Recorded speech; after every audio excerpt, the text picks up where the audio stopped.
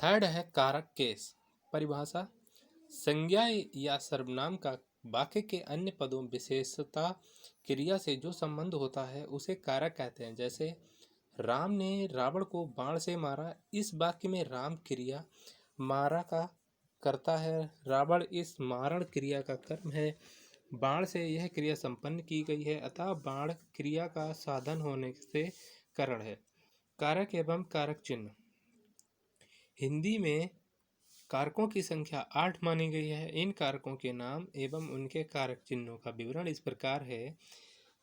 पहले कारक, फिर कारक चिन्ह। कर्ता ने कर्म को ए करण से या के द्वारा, संप्रदान को या के लिए ए अपादान से, संबंध का की के, रा री रे ना नी ने, अधिकरण में पर, संबोधन ए हे अरे ओ।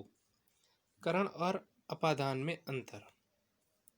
करण और अपादान दोनों कारकों में से चिन्ह का प्रयोग होता है, किंतु इन दोनों में मूलभूत अंतर यह है, करण क्रिया का साधन या उपकरण है। कर्ता कर्म संपन्न करने के लिए जिस उपकरण या साधन का प्रयोग करता है उसे करण कहते हैं। जैसे मैं कलम से लिखता हूँ, यहाँ कलम लिखने का उपकरण है, अतः कलम शब्द का प्रयोग करण कारक में हुआ है। अपादान में अपाय या अलगाव का भाव निहित होता है, जैसे पेड़ से पत्ता गिरा।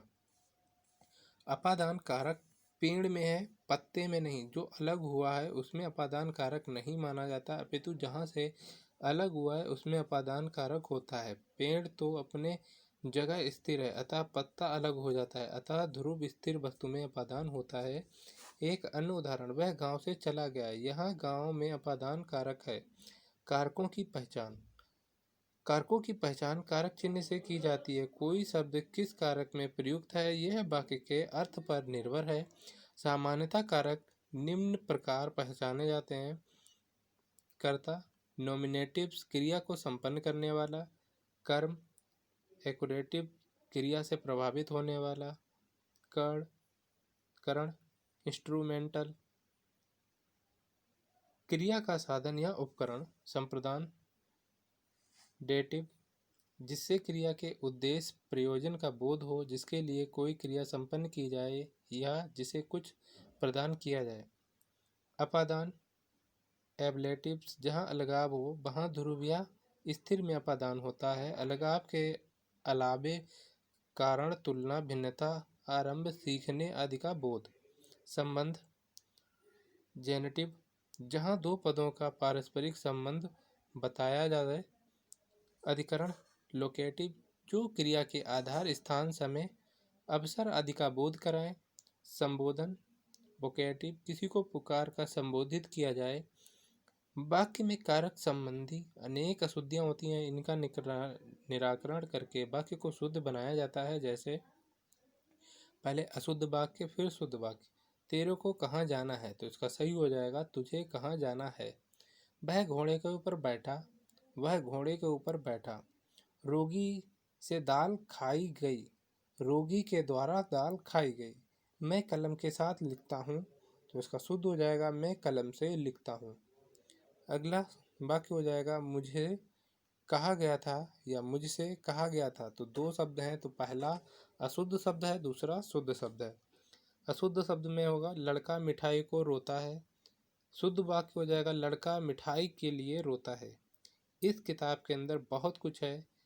शुद्ध वाक्य हो जाएगा इस किताब में बहुत कुछ है। मैंने आज पटना जाना है, मुझे आज पटना जाना है, ये शुद्ध वाक्य हो जाएगा। तेरे को तो मेरे से क्या लेना देना, तुझे मुझसे क्या लेना देना, इस प्रकार इसका शुद्ध हो जाएगा। उसे कह दो कि भाग जाए, उससे कह दो कि भाग जाए। सीता से जाकर के कह देना, सीता से जाकर कह देना। तो यहाँ पर शुद्ध शुद्ध दोनों है आपके सामने है, तो इसको आप देख सकते हैं। तुम्हारे से कोई काम नहीं हो सकता, तुझसे कोई काम नहीं हो सकता। मैं पत्र लिखने को बैठा, मैं पत्र लिखने के लिए बैठा। मैंने राम को यह बात कह दी थी, मैंने राम से यह बात कह दी थी। इस प्रकार ये शुद्ध हो जाएगा। अशुद्ध, इन दोनों घर में केवल एक दीवार है। शुद्ध वाक्य हो जाएगा इन दोनों घर के बीच एक दीवार है। नेक्स्ट वीडियो में देखेंगे सर्वनाम।